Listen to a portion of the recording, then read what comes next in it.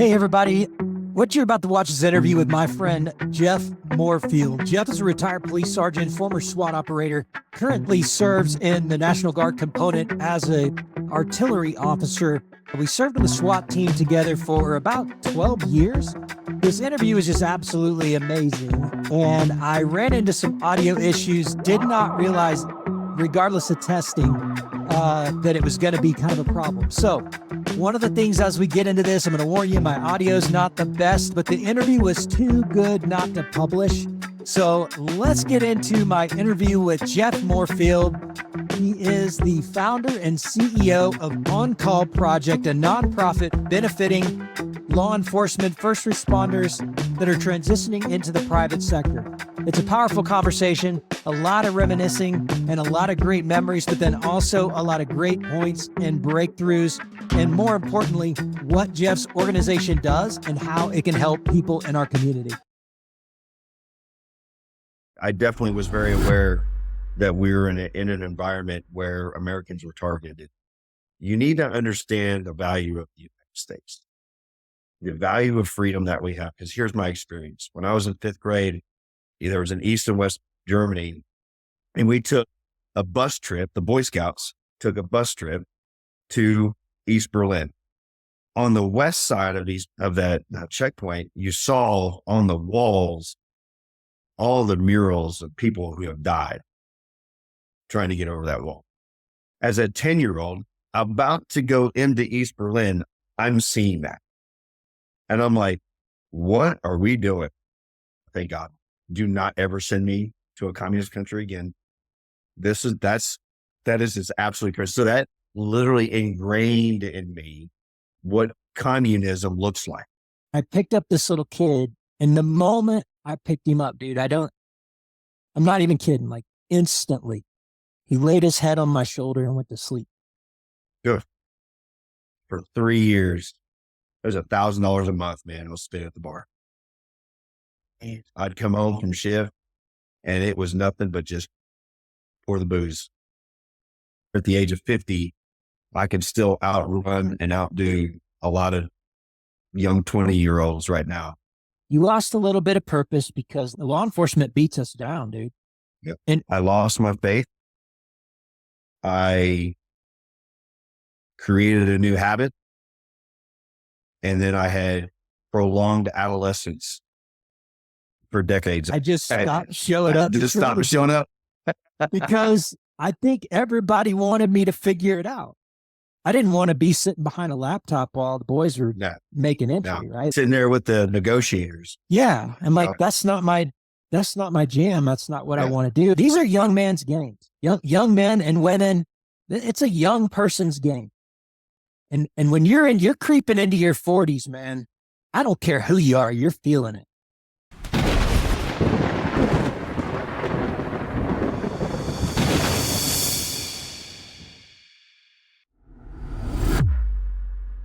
I hear it. Hey, everybody. Welcome to Rewired Experience. I'm here today with Jeff Morefield, founder and CEO of On Call Project. It's a company, a nonprofit with a mission that's close to our heart, close to my heart. But here's the cool thing. Jeff and I go way back. One of the things that I'll say about Jeff is he's always had a heart for service. He's always been connected to some type of nonprofit, giving back beyond military and law enforcement experience, getting involved in the philanthropy. I know, Jeff, you've been involved with law enforcement torture on Folds of Honor. I know I watch you. I know you're always involved in giving a piece of yourself back to your community in some way, shape, or form.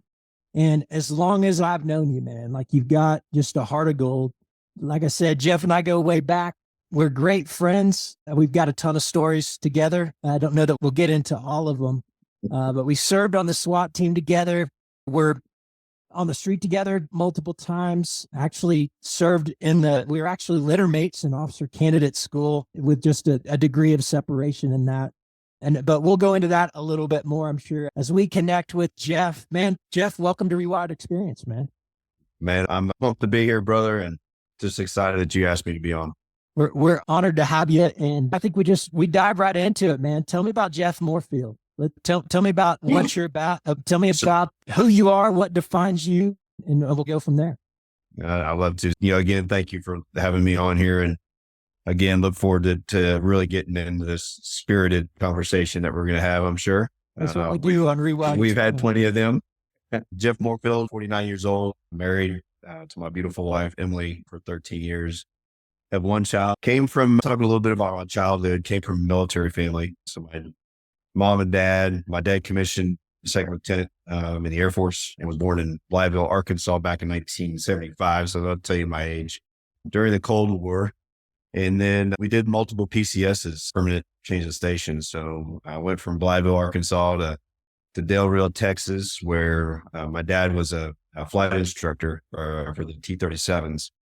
And he told me a long time for a while that I would get out, I'd run up to the kitchen or whatever. And I guess they got this little window out. And as my dad's sleeping in his flight suit and all the rest of the stuff, I'd tell my dad, "Hey, Dad, don't drop the jet and get Dave."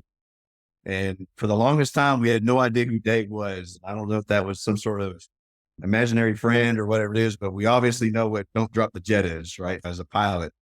But anyway, so spent some time down there until about my kindergarten years. And then we moved up to Midwest City, Tinker Air Force Base. And I had a sister and then a brother. They were 3 and 4 years apart, but they tagged along and went with us. And I spent at St. Culinary school there. It's a private school there at Midwest City, uniforms and all. We did that and did that until about 4th grade and spent some time there. And I wasn't really a school individual. I didn't get very good grades. In fact, my mom gifted me a box full of all my report cards a couple of weeks ago from back in the days. And man, I looked up and I was like, oh my gosh, I was a horrible student, just an absolutely horrible student, just terrible. But anyway, so did that till 4th grade. And then we moved out to Germany.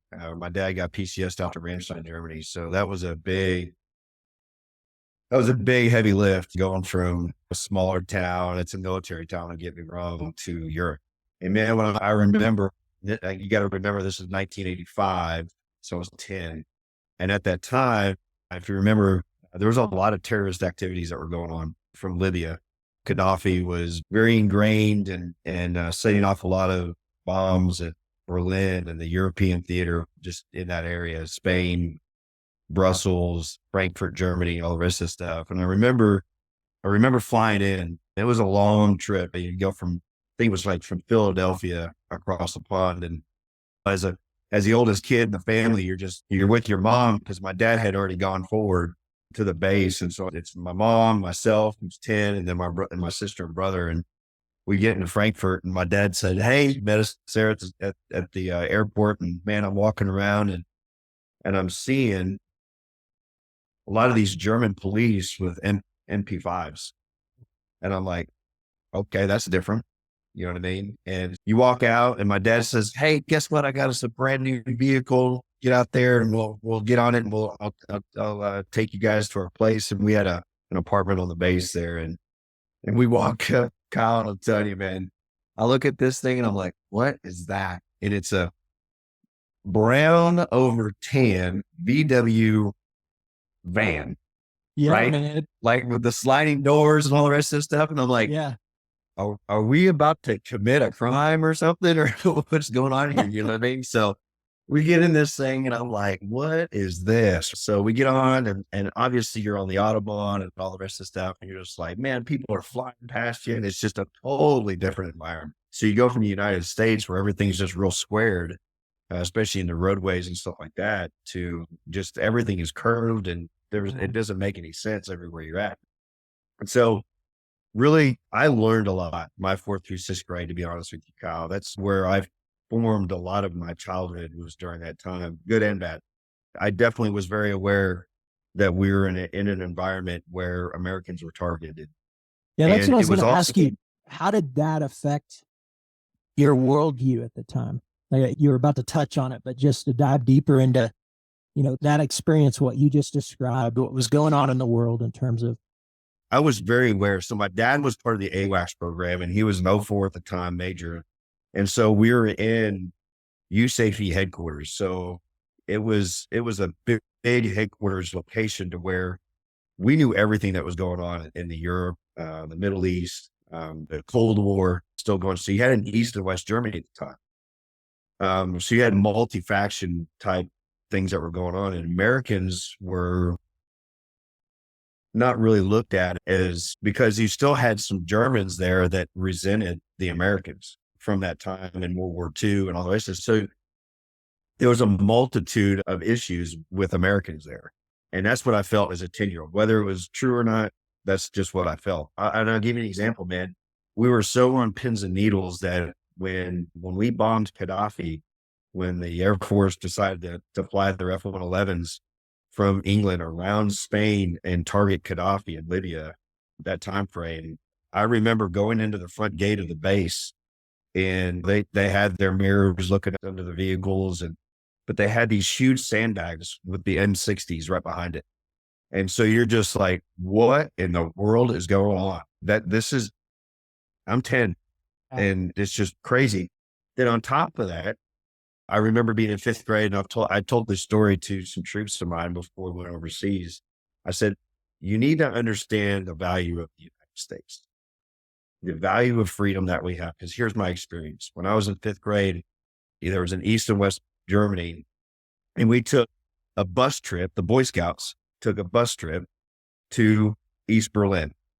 Now, if you were to say that the Boy Scouts were going to go into a communist country currently, they'd probably look at you crazy, right? But then in the 80s, it was perfectly okay to do that. And so we went into East Berlin, and we went through Checkpoint Charlie. And if you know anything about Checkpoint Charlie, it's a very popular, very well-known checkpoint from East Berlin into West Berlin. And on the west side of that checkpoint, you saw on the walls all the murals of people who have died trying to get over that wall. So you had spray painting, you had platforms, you had IP, this person's name, all the rest of this stuff. And it would be the location that they tried to get over the wall. Uh-huh. And so if there's, and I can't remember the name of the movie, but there was a hot air balloon that was made, and they had flown this hot air balloon from East Berlin into West Berlin. And they actually landed in Checkpoint Charlie. And at Checkpoint Charlie, they actually had a museum of people who have tried to get into West Berlin. So as a 10-year-old about to go into East Berlin, I'm seeing that. And I'm like, what are we doing?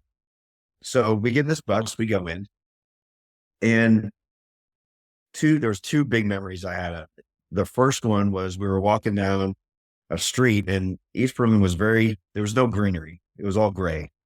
All the concrete, it was just nothing but concrete. And one of the kids had a small little camera. In the back of the camera, if you remember back then, they had film in it.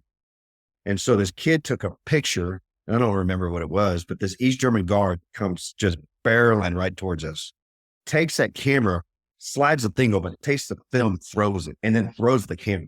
Wow. And it was like, duh. And we're all like, oh Lord. So that just set the tone again. Yeah. For where we're at. And so then we're done. We're ready to go. Right? We've done all the tourist stuff in East Berlin. We're leaving. So we get on the bus, and they had told us prior that we were not allowed to buy anything in East Berlin. This guy decided that I was not going to listen to that. And I bought this little bear. And it was called a Steiff. And so I have this bear in my seat, and they had us put our passports up against the window. So as this bus is leaving East Berlin and going into West Berlin, my passport is up on the window. And you got to remember, these are East German guards, AK-47s, all the Russian caps, you name it, just full Russianite. And so he looks at our passports and just gets pissed and makes a beeline to the front. And the only thing I could think of, Kyle, right then was my bear that I was violating their policy on, and all the people who died on the other side. And in my mind, I'm never going to see my family again. Wow. I'm going to be stuck here for the rest of my life. And I'm like, what the heck is going on? So he gets up on the bus, he yells at the bus driver for whatever reason, looks at us, and then goes back down and leaves. The bus goes through. I don't know what happened. The bus goes through, and I cannot wait to get off that bus. Right? I am ready to get off that bus because on the other side is my parents. And then I look back and I look at all the murals and I just go, oh my God, thank God. Do not ever send me to a communist country again. That is just absolutely crazy. So that literally ingrained in me what communism looks like. So when I would hear people, communist is this, I was like, have you experienced it? You know what I mean? It's so, as a kid. So anyway, those were huge. And after 6th grade, my dad got PCS back to tinker. So we came back here to Oklahoma and we spent about 5 years here in Oklahoma. So I went to that same parochial school I was at before. And then I went to Mount St. Mary's, played a little baseball, basketball, that type of stuff. Wasn't great. I was just an average athlete. Then I decided to go over to a public school, Midwest City High School. And then a month into my senior year, my dad and my mom sit us down and go, we got to leave again. And I'm like, you got to be kidding me. And I'll kind of get where I'm going with this here in a little bit as we talk, but that was really devastating for me because I had 5 years of just really forming my friendships and all the rest of this stuff. And now all of a sudden we're going back 7,000 miles away again to Ramstein. So I was familiar with it, but at the same point, it was like, I had my first girlfriend, all the rest of the stuff, all the things, how old were senior you in high school. at this point? Senior? I was 17. So you're like 17? Yeah. That is a time when life change hits hard. Bro. Yeah. I'm telling you. And I'll get to it here in a little bit, but I get there and I was too late to get involved in any of the sports I really like, play soccer and all the rest of that stuff. So I actually joined the ROTC, and man, I had the time of my life. Ooh. I know it's not really considered cool or whatever it is, but man, it really started formulating a lot of some of my ideas and who I was and all the rest of the stuff that I was bound for the uniform. Yeah. And so I did that and ended up being like one of the top 2 cadets in that ROTC program. And was actually able to fly a real F-16 Falcon simulator. Oh. So they brought us over and I remember them sitting me in the cockpit and they give you the to-dos and how to do things and put the canopy over and decide to go. And I'm literally, Kyle, I'm flying an F-16. Joystick here, throttle here. And I'm up and I'm in the air. I actually took off. I did have some experience prior to that because I was in an aero club back when I was a kid. So I was in some Cessnas, 152s and stuff like that. But so I had some familiarity and a little bit of it. Then they get me up and they're like, all right, see that C5 up there? I want you to shoot it down. I'm like, what? They won't let you shoot missiles because that's classified. They'll only let you shoot guns. And so I'm getting up there and I'm on the joystick and this joystick does this. That is all the movement it is. Very touchy. And so I'm trying to angle myself to get this thing and I pull the trigger and my 500 rounds is gone just like that. And they're like, you're black on ammo. And I'm like, what? Already? So anyway, fly around, do some things and you'll do a like, magazine change up there. Right, exactly. We'll reload or whatever, something. Which is why I prefer to be on the ground when it comes to. So they teach me how to get your flight path to come in. And so they do all that. It's military is they love to use their verbiage in not a kind way. Right. So they told you about this circle in the circle that I'm not going to describe it, but the circle need to meet up and that's your glide path. All right, cool. So I did that and I actually landed the plane. The problem was, as I wasn't real good on the pedals, and so I drifted off on their tarmac and my spring was ran. So I crashed. So anyway. After you landed it. After I landed, I crashed. Yeah. So anyway, did all that. That was a really cool deal. But that really propelled my idea that I wanted to go and be a pilot in the Air Force. So my dad, I get accepted to the University of Central Oklahoma University, and then also into OU's ROTC program, Air Force ROTC. And I go, they're still stationed back in Germany. I get on a plane and now I'm on my own. Like, holy crap, I'm going 6,000, 7,000 miles away from my parents. This is prior to cell phones. This is 1994. And so I get there and I had a good friend of mine that met us there, and the girlfriend at the time that I was dating. And so we get there and get established, and I go through the ROTC program, and it's right after the Gulf War, if you remember. And I did 2 years of ROTC in 1 year. So I had straight A's the whole time. And my colonel brings me in and says, "Hey, Jeff, we pulled your dependent records and you had an asthma attack when you were 5 years old." Mm. Okay. We're not taking anybody with any prior respiratory issues. You've been disqualified. Wow. What? Just like that, bro. Just mic drop.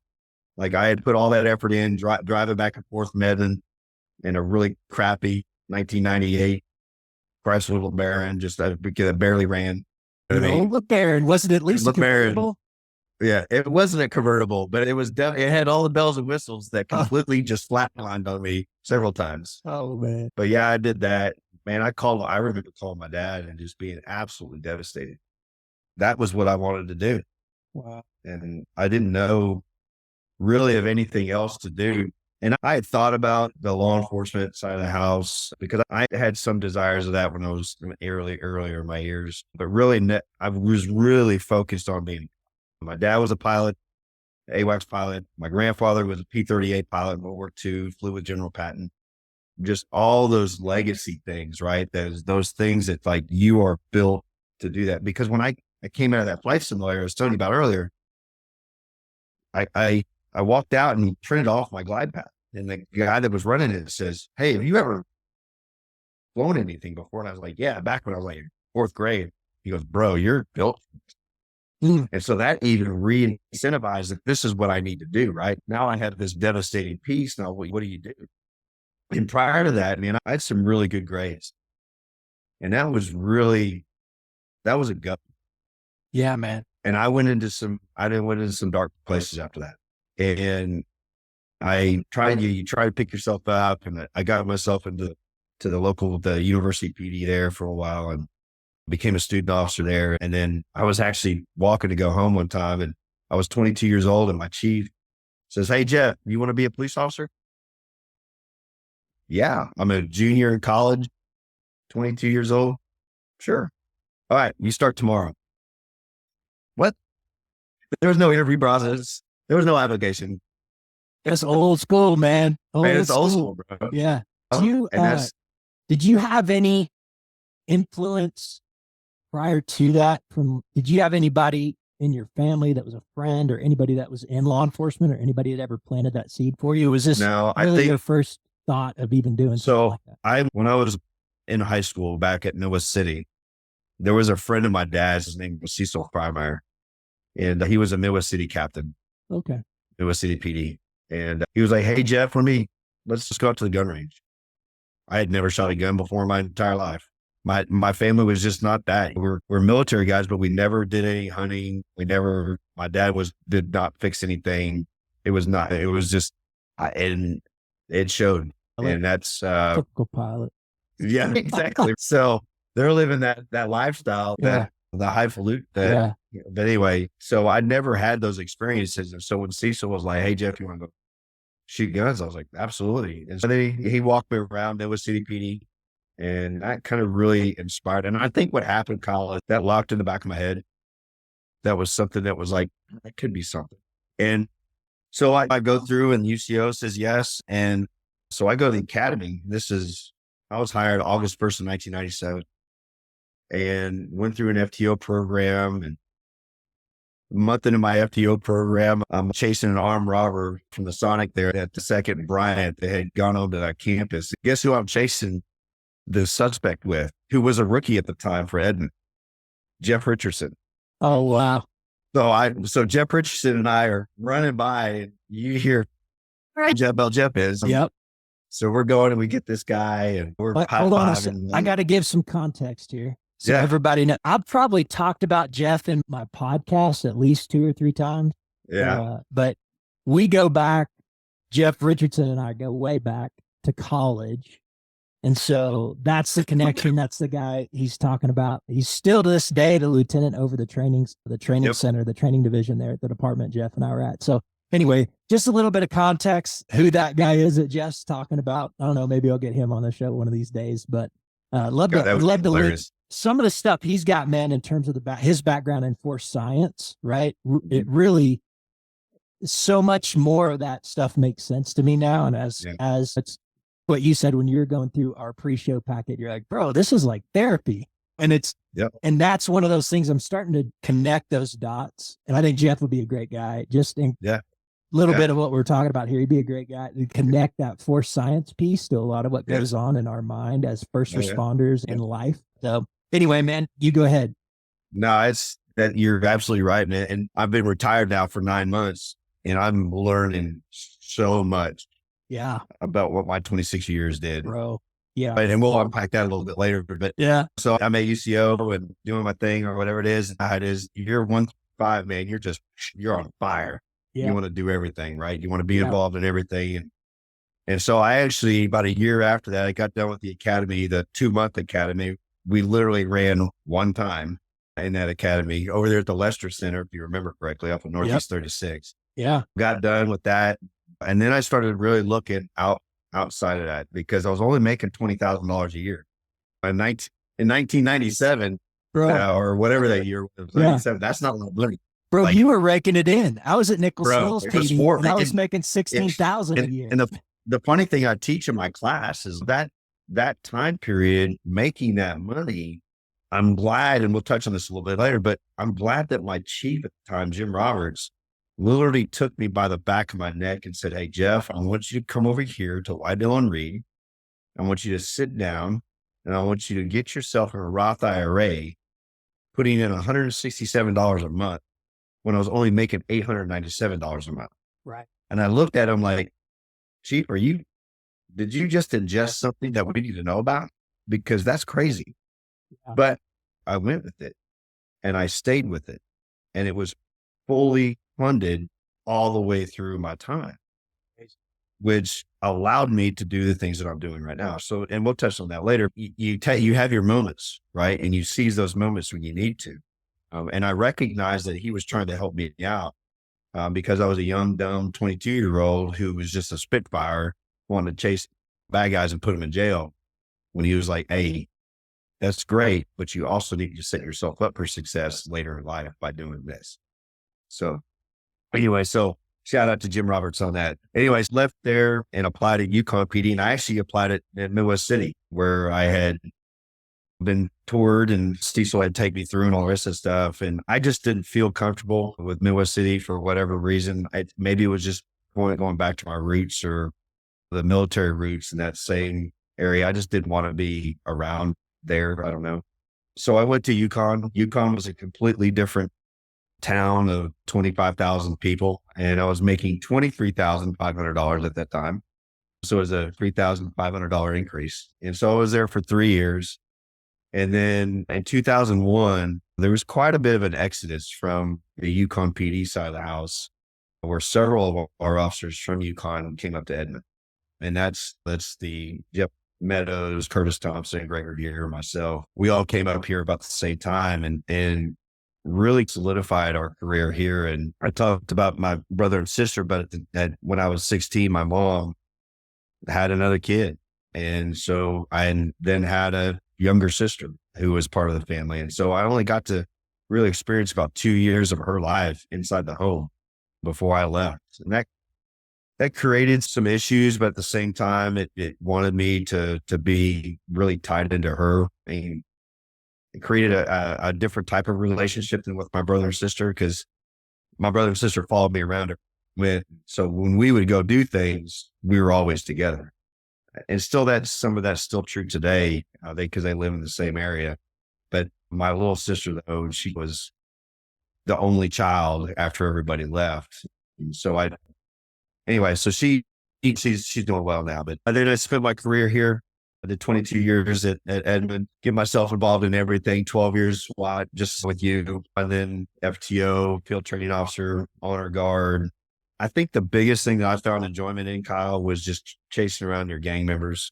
Back in 2005, I went to a course that was put on by the FBI, and it really focused in on the Latino gangs.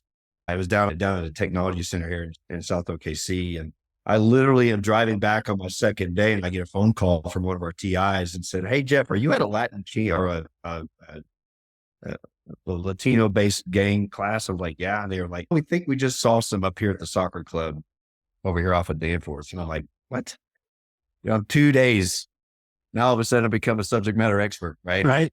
So I get there and man, I look at this artwork, and it, sure enough, man, I'm looking at the manuals that just gave me, and I'm like, yeah, that looks pretty familiar. It ended up being a bunch of Latin kings from Chicago that had implanted themselves here in Edmond.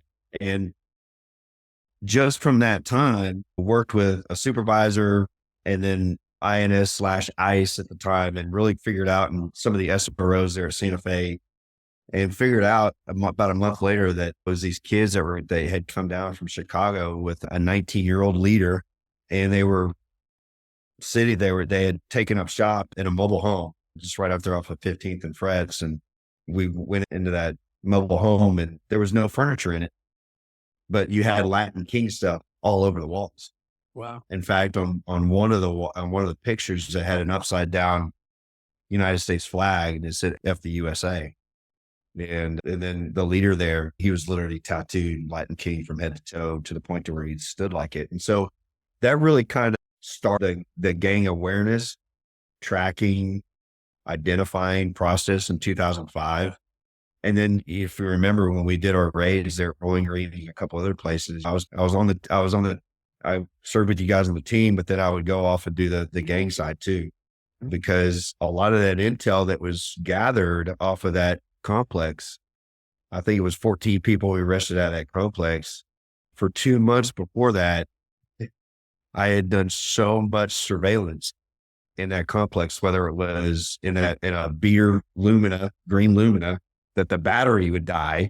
They wouldn't let me get in plain clothes. I had to be in uniform, which is crazy, and collecting data on people. Cars would leave certain areas. You think a drug deal goes by, you call one of the patrol guys. And I remember Joe Rice and a couple other guys getting guns out of vehicles, all the rest of the stuff. So what that did is it stimulated a lot of the search warrants and stuff like that we were able to initiate. And so when we had that big meeting, if you remember correctly, at the training center with the DEA and all the rest of them stuff, some of the things that came out of that was I had done all that work, but it was your upper echelons that were taking credit for it. Sure. Yeah. And it really pissed me off, to be honest with you. And I'm not trying to ask for accolades or anything like that, but that just instilled even more drive to build a network of guys that know how to track these guys, know how to identify them. If they're coming up from the city or down from Logan County or whatever it is, how are we going to track these guys? How do we identify them? How do we classify them? Because there's state statutes that allows us to put an enhancement on them for prison sentences. And so you're really trying to articulate that to the agency. And this is the reason why, and it just took so long to do it, for them to get there, number one, to recognize, and number two, to actually come up with a system and then to do it. But I think out of my whole career, Kyle, going and doing all that, and then finally establishing that there's guys now that are tracking these individuals after I left, and they're doing the things that they need to do and kicking the bushes where they need to be kicked and not being afraid of it. I felt pretty good to leave on that note. But yeah, the career was great. And I retired February 1st of 2024, 26 years, and now doing what I'm doing now. And I'm learning a lot and living the experience. Yeah, man. What was finally, for me, my injury and everything, I don't know that I was just planned on punching out at 20 with everything that happened with the combat deployment, my injury and all the things I was going through. There definitely was a straw that broke the camel's back moment for me when I got disciplined. Like shortly after I returned to the road, I got disciplined for raising my voice, I think was the basic. And I was like, man, things have changed since I've been gone. I was active duty for almost 2 years. Yeah. So was there a moment like that for you where you're like, okay. Because I knew in my mind, I'm like, I'm financially stable enough. One day, if I just decide, there was another moment too where I went on a domestic over in, I think you made reference to Rolling Grade Apartments, one of our Section 8 apartment complexes. And that was like that moment. I can remember going on a domestic, and I go in, and the mother and the father of this, probably, I don't know, he must have been like 18 months old, had just gotten out of, mom had just gotten out of county, dad had just gotten out of the pen, and they're domesticating, like screaming at each other, cussing and yelling and fighting in front of this little kid. And this little kid's just snot bubble crying, right? And they just won't stop screaming at each other. And I picked up this little kid, and the moment I picked him up, dude, I'm not even kidding, like instantly, he laid his head on my shoulder and went to sleep. Good. And from blubbering, crying, right, uncontrollably, like can't breathe type crying, to boom, asleep on my shoulder. And so here I am, in full uniform with this snotty kid on my shoulder. And I'm thinking, man, I just don't think I can do this anymore. Yeah. It was such a heartbreaking moment. And after what I'd seen involving children and things like that in Afghanistan, it just, that was it. That was the moment. Then I had the discipline thing on top of that. Yeah. I couldn't really get back to what I loved. Like, I love SWAT, man. That was my reason for, and I wanted to get back, but it was just taking me a long time to heal. And there was no way in any short term physically that I was going to get back to that. Knowing all of that, opportunity presented itself to start a couple of businesses, and I went the entrepreneur route. But it was how much slack did you take for that? Some people, a lot. Yep. Right? Like people that you think are your friends. Yep. But there were a lot of people, you included, I think a lot of guys on SWAT, guys that were close to me, guys at the training center, because I spent my last 5 years out at the training center as a full-time cadre. For the most part, I went back to the street for a while. Then I went back. I don't know, man. I'd say it was maybe a little better than half and half. Yeah. Some people I think were cheering me on, bro. Just like, go, dude. You're like, exactly. Get out of here. Yeah, absolutely. And then there were a few that were, you could tell their attitudes towards me had changed. Now, 4 or 5 years later, when I'm still at it, those guys started to come around. Like, they're like, okay, this thing isn't a joke. Yeah. But I'll tell you who was supportive and in a big way was the chief. Yeah. He was cheering me on, and not from afar, man. Like, he took me out to lunch and he was like, man, you're leaving for something. I get it. And so that gave me confidence that the leader of our organization that I knew valued my position and contribution to the department, right? Because he was vocal about that. And our previous chief was too. I had a great relationship with our previous chief. But just to have him go, bro, this is a good move. And so that gave me a lot of confidence. At some of the highest levels, I was getting a lot of support. At some of the lowest levels, I think people were laughing at me. Yeah. You're crazy. And you probably experienced this a little bit. You leave the brotherhood. Yeah. You leave the brotherhood, and some people are quick to forget the stuff that you went through with them. And it's unfortunate, but that's the reality of the community that we lived in. Yeah, to answer your question, man, there were some that were super supportive and some just the opposite, giving me a hard time about it. And still to this day, I think I'll from time to time get a little ribbing from certain people. I'll post something on social media about business or whatever, especially in the health and wellness space. Like if something with my shirt off, of course, I get pictures back where they've altered the picture. But that's all fun though. It's good. It's some of the guys that we served on the SWAT team with are still my closest friends. And I think those are the relationships for the most part that I maintained. And then the rest, I've got some ongoing relationships, but almost all of the guys that I stay in contact with on a regular basis are guys we were on the team with, including yourself. So yeah, it's just a different caliber of relationship for sure. Sure. Yeah. Yeah, it's interesting. I'm going back to what you were talking about, how much slack did you take and all the rest of that stuff. And there are times where you're walking around the station and they knew you were about to leave. Yeah. And Some of them they were intentionally like not happy with you. Right. You know what I mean? But then there are others like, man, what are you going to do? Blah, blah, blah. And then you try to describe it to them and it's hard for them to understand it. You know what I mean? And I think, and here's a part that I think police departments and maybe fire departments and stuff like that, they get stuck in this world where it's very linear, Mm-hmm. where we are strategic. And so we're looking out and looking for creative ways. Mm-hmm. And when we do that, linear composite doesn't like that. Yeah. So you see what I'm saying?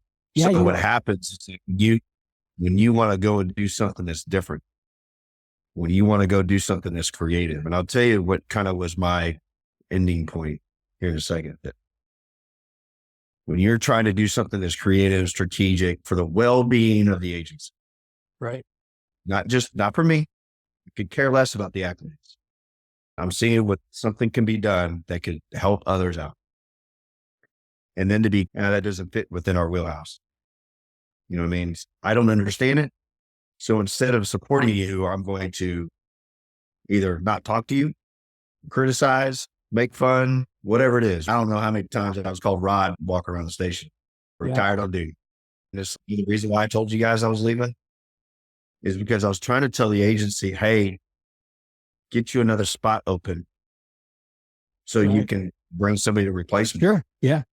I was thinking of the agency and those majors and captains that were doing that were just like, I was like, are you serious? My lieutenants were great. Yeah. They understood because they're on the ground with you. Yep. And I'm not trying to be Debbie Downer or nothing like that, but that's what I experienced was those captains and majors they saw you as kind of a nuisance. Like, why are you still here? You know what I mean? Why'd you say it's in February when you could have left in November or whatever? And anyways, to get back to your original question, my time to really think about it was in about 2018. I was coming down to, I need to do something. I think what really propelled me to start thinking creativity was when you and I had that conversation about me going to OCS. Yeah. Kyle, I cannot tell you how much your influence had a huge part in my life to be the person I am right now. 2009 was a 8 timeframe, 2009 timeframe. I was in a really bad area. I was drinking a lot. Wow. And I wasn't married, was single. And in 2004 to 2006 timeframe, I had just won the State Officer of the Year, ball in 2003. In 2004, 2006 timeframe, I was for 3 years, it was $1,000 a month, man. I was spending at the bar. I'd come home from shift and it was nothing but just pour the booze. And the reason is because a lot of stuff that happened back in my childhood, and I'll talk about that a little bit, but that's the only way I knew how to comfort the process that was in my head. I was comfortable in that area. That's all I knew. Go do the work, solve all the crimes, patch up people, whatever it was, whatever you got to do. Come home, let's go to the bar. Because that's where your happy place is at. And so I would go and I would spend money after money. And then I got a knock on the door in 2006. You can actually find this. But it was Mathis Brothers had knocked on my door to garnish my wages. Wow. That was a massive gut punch for me. Mathis Brothers, to give context again, Mathis Brothers is a furniture store. Yeah. So this is your furniture probably that you had leveraged, either financed it probably. Yep. Financed it. Yeah. So they're going to garnish. And I wasn't paying the bills. Yeah. They're going to garnish your wages and or come jerk your furniture out from underneath you. Yeah. So the city sends me a deal saying, hey, your wages are garnished like $4,000 or whatever it was. And I'm like, and luckily my superiors never found out about it. So that was all handled on the city administrative level. So none Yep. of our supervisors or anybody ever found out. That's crazy. Which is maybe a good thing, but maybe a bad thing. Because at that time, I was such in a bad place mentally, spiritually, physically. I was on SWAT, don't get me wrong, 2005. But man, there was just something that was eating at me for the longest time. And so then I get to about 2008 timeframe, 2009, and you're like, hey man, why don't you come to OCS? And I'm like, that sounds like a great idea. And the reason why it was a great idea is because number one, it goes back to my time when I was in the Air Force ROTC and I got kicked out. Mm-hmm. Right now it's 12 years later, however long later, maybe I could do this. And so I went over there to the armory and did my thing, did my process, and sure enough, OCS contract, and went to Fort Jackson in November of 2009. And I remember going there and I knew I was in such a bad shape at the time, physically, mentally, spiritually, that when they tested us for our PT test, I failed the 2-mile run. Wow. And from that point, I never failed anything that was physical fitness again. Huge. And that's why here at the age of 50, I can still outrun and outdo a lot of young 20-year-olds right now. It's because of that incident, right? So I get to basic and I do basic and come back, and there's 55 of us that come into the OCPC, which is your preparatory course for OCS, Army OCS. This is the state of Oklahoma's OCS program. And there's only 9 of us that graduate. And that for me was like, I can hang my hat on that. I made it through. That was a 12 months of get your ass kicked type of thing. You know what I mean? Yeah. Yeah. And I chose not to go the accelerated side. Our good friend, Jared Avey and Cunningham and those guys just, they were in there with me. And for whatever reason on that accelerated, when they made that decision to go traditional accelerated, I had this overwhelming, Jeff, get up and go to the traditional. And I knew that was God telling me that he had a plan. And so I got up and I went to the traditional, and the amount of slack I took for doing that. Mm-hmm. But at the time I was ingrained in doing that process because at the time I had just started dating Emily. Yeah. And my wife. And so I was like, I'm staying traditional. I'm going to do this at home. I'm going to do my thing and I'm going to get through. I'm going to learn. And I did. I learned. So then go to the Army Bullock, Field Artillery Bullock in 2012, and then deployed to Afghanistan in 2013. In those shaping moments in my mid-30s really compelled me to be the man that I am right now. So I owe a lot of that to you. I'll take 0.5% credit for that, bro. Because I think it's important to, let's really look at the context and like what, so at that point you'd been probably close to 15 years on the PD, right? Or 15? Yeah. So it was 2009. So as a police officer, I was 12 years in total. 12 years. Okay. So you're 12 years, you got a good job, right? Like you're making pretty good money. Yep. This was at a time when if you did what we did in terms of you go join the military, become an officer at the time you're deploying, like you and I knew it's going to happen. Yeah. You and I knew that if we signed on the dotted line, if we picked, especially the branches that we picked, combat arms branches, that we were going to Afghanistan or Iraq at the time, right? Yep. Most likely Afghanistan, because Iraq was on a they were ramping down a little bit, I guess. So, you put that into context, man. And in the beginning, when I talked about you just having that heart for service, right? And I think, and correct me if I'm wrong here, man, but this is what I see. You lost a little bit of purpose. Yeah. You lost a little bit of purpose because law enforcement beats us down, dude.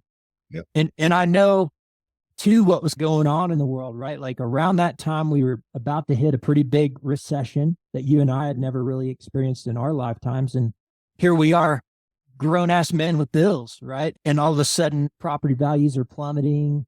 Things, I think that was at a time too when our city, which was kind of a sleepy bedroom community, was starting to really ramp up, right? In terms of calls for service and the things that we were exposed to. And so that takes a toll. So I understand where you're at with the drinking and all that stuff, right? You're trying to cope. You're trying to numb a little bit of what's going on, but then the piece of just getting beat down over the course of a career in terms, for me, it never was one straw that broke the camel's back moment. It was multiple calls over that 15-year span or whatever. I came in 1999. So around that time for me, it was getting close to 15 years. And actually, I was at another agency in 97, like you. So I had about the same amount of time as you, and I was going through a divorce too. Yeah. I actually, when I got back in the military, I'm convinced that's what sparked the divorce proceedings to begin. Yeah. And I had gone in thinking I was going to be a helicopter pilot and ended up in the infantry. Yeah. But all that to say, I think it made sense. It made sense to both of us. And to give me credit, I don't, like I said, I'll take credit for 0.5% maybe, but I think you were just in a place where you were ready to listen. And you said too, if you go back to when you were talking about your chief at Yukon that, grabbed you by the scruff of the neck and said, hey, Jeff, make an investment long-term. You're a coachable human being. That's what I know about you. You take advice most of the time and you run with it. And I think you were in a position where you were looking for purpose. And you're like, and also, I think for me, I was at a time in my life where I had gone from not performing at a very high level to performing at an extremely high level on the SWAT team. And you saw some of that development. You saw me go from the guy that's fallen out of runs to the guy that's not only leading runs, but leading PT. And dang, 7% body fat. I think if anything, maybe you see that. You're like, man, that gave Kyle purpose. Even though that wasn't necessarily the thing, right? That I could see when you and I were talking, I could tell that you were hungry for that. You were hungry for purpose. And honestly, dude, I think you are just fulfilling what you had probably always wanted to fulfill. You wanted to join the military. Yeah, you're absolutely right. It was your second birth. It was, I had wanted to do that. And it wasn't in a blue uniform, but it was in a green climbing on the ground type uniform. I was like, I'm good with the prone position. So it doesn't matter to me. I can sleep on the ground. But I remember after you talking to me and I went and I grabbed my dad and we went to a local restaurant and I said, Dad, I want to do this. And he was shocked. And I said, I want to do this. And here's the reason why. And you're right on the purpose side, but there was another piece too that was really lacking was leadership development. And at the PDs, there was no leadership development process. Yep. It was go to work, do your thing, get your reports done, arrest the people you need to do, cope with your issues, see you the next day. Yeah. Or not cope with your issues. Yeah. Yeah. So it was just rinse and repeat. You know what I mean? Yeah. And there was no like, hey man, especially like in evaluations or anything like that. I think you should do this, or here's the way I would, look at doing it, or some sort of leadership process, you know what I mean? That's instilled in the officers. And I was missing that. I wanted to become better. I didn't want to be the same person. I wanted, and unfortunately, I had steered away from God for a long period of time. And I didn't seek it there in the Bible, but I went to the military to get it. And that's where I started to understand that leadership process and what's required in leadership. Hey, and how do you unpack that a little bit more, Jeff? What do you mean? Like how leadership led you back to your faith? Man, it gave me confidence. Okay. So I lost my confidence in my faith back when I was 18. I was a pretty devout Catholic. And it was right when I told you that I was really angry with God was when my dad PCS'd out to Ramstein in my senior year. Okay. I had a girlfriend at the time. I was totally faithful to her when I was overseas, and she was here back in Oklahoma. And when I got back, I come to find out that she had been cheating the entire time, type of thing. And I'm not laughing at you. I'm laughing because it's a common story, right? Like, it is. Yeah, it is. And so I went from, my relationships have been very surface oriented because I move around all the time. I don't know how to have strong, deep relationships because everywhere I go, I have to form a friendship and then I got to leave. Okay. So I'd put up all these defense mechanisms. Okay. And as I kept doing that, my faith in God and my relationship process started to dwindle significantly, to the point to where when I was in college, I went to doing what I would see at home. And that's when drinking was the form of entertainment. It was the form of release. It was the form of, that's the culture. Yeah. And so what happened, Kyle, is I lost my faith. I created a new habit. And then I had prolonged adolescence for generations. Right. For decades, just constantly. That's all I do. So that's the reason why I would get off of work and go right to the bar. Yep. Because that was my comfort zone. It started back when I was 18 years old and seeing what I saw as a kid, formulating that habit. And then that was my comfort zone. And I already had relationship issues. So it was just a force multiplier. Hey, right? Let me ask you this. Here's a little, I was on the team before you were. Yep. And I remember during your assessment, we all meet up and we're like, hey man, what do you think about, these are our final candidates, right? Yeah. What do you think about this guy and that guy and this guy? And I remember your partying came up. Oh yeah. And we're like, dude, Jeff's a partier, man. What's SWAT gonna do? Because a lot of guys, if you had a fragile ego, becoming a part of the SWAT team didn't necessarily help with that. It a lot of times made it worse. And so we talked about that a lot. And we were like, I think me and probably, I don't know, 5 other guys or so, we were like, yeah, but the dude, he's smart. He's tactical. Anytime I'd ever operated with you on the street, I was like, I'd trust Jeff to watch my back. He's a go-getter, right? You had at that time the gang intel stuff. We're like, that makes sense for what we do. And we knew the opening was on our entry team. And I'd say most of the guys on our entry team were like, yeah, we'll take him. Yep. And we had some heavy hitters, man, guys that are in that crowd of people that were critical of others. Yeah. They were. They carried a heavy stick and they had high expectations, and giving you the blessing was a big deal. Yeah. So how did that, when I bring that up, when I'm like, hey man, sometimes that can be poison for a fragile ego. What happened after you got on the SWAT team? Was it helpful or was it hurtful? Man, when I reflect on that, it actually gave me a bigger ego. Mm-hmm. It actually incentivized it. Now I'm a SWAT guy. Yeah. You see what I'm saying? I know exactly what you're saying, bro. And I'm like, exactly what you're saying. I'm a SWAT guy. And now I get, it's just, you see all the, and I'm not saying, but you see all your specialized unit guys and they get done with their operations. Where do you see them next?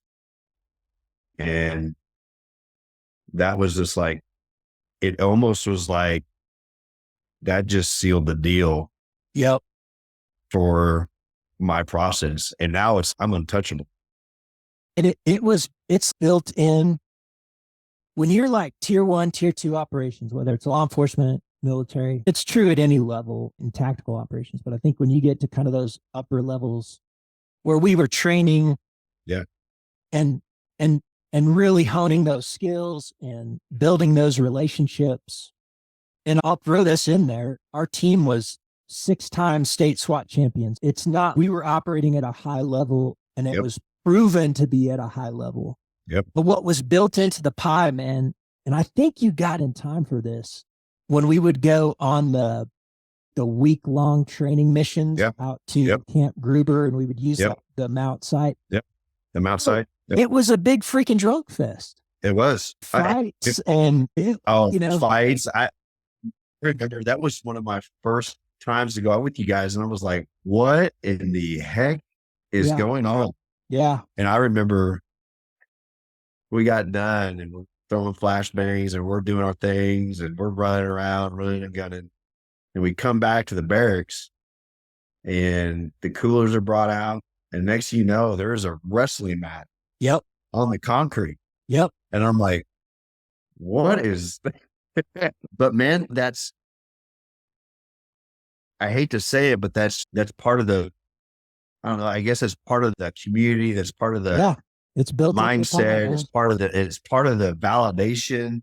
Yeah. It's part of the mentality. You know what I mean? It's, you got to prove yourself here. You got to prove yourself there. You got to prove yourself that you're funny. You got to prove yourself that you're witty. You got to prove yourself that you're smart. But it's just, you're constantly proving yourself. And I'm all for it. You know what I mean? I'm a go-getter. I will grit with everybody else. Mm-hmm. But at the same point, man, there was some ideology that I had in myself that was just like, I'm untouchable.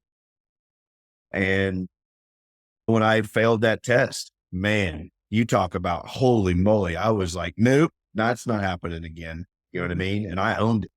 And I still own it to this day. And but I just, when I was doing all that, man, I felt myself just slowly withering away to the point where there was times I didn't know who I was. And so to get that OCS contract and go do the things that I did, really, like you said, repurpose. I was excited about the leadership process. I was excited about the new uniform that I was about to wear with our grand old flag on it. And I was ready to go kick some ass because I knew there was going to be a deployment. And I wanted to do it. And that was something that I knew I was going to go into an environment that I wasn't familiar with. And I thrive in those types of places. I love to travel. And that's all part of my childhood because I did it. But I love different scenery. I love different people, race, color, creed, whatever. And I just really like doing that. And so it was inspiring to do it. And then to be at a level to where you could actually influence others and take care of others and go to your superiors and say, hey, I think you're wrong in this outlook, and I think we need to take this instead.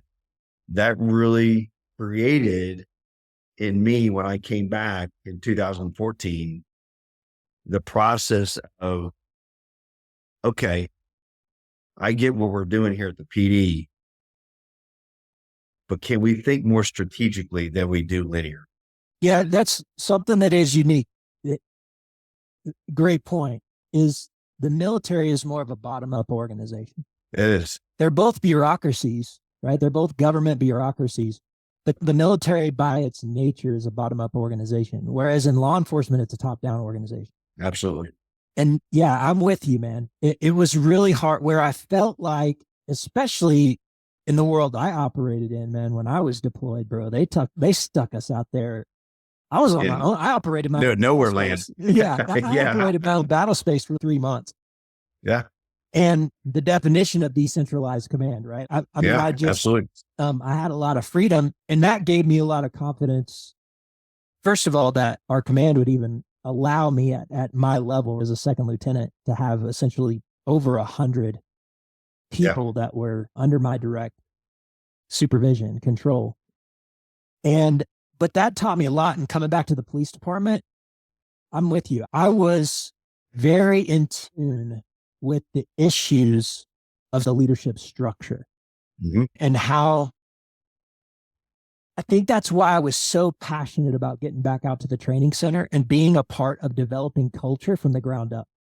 Yep. Like what we were able to create in our culture from the training from day one at the academy all the way. I feel like we always had a pretty good field training program, but our academy really minus one class. Like I was in the first class, I missed one, and then every subsequent one after that. I think we really did some good work on the culture of our department from the bottom up.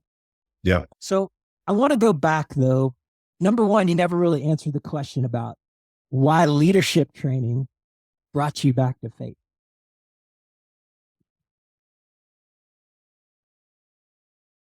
So I talk about confidence, and as you're developing your leadership skills, you become comfortable in the uncomfortable.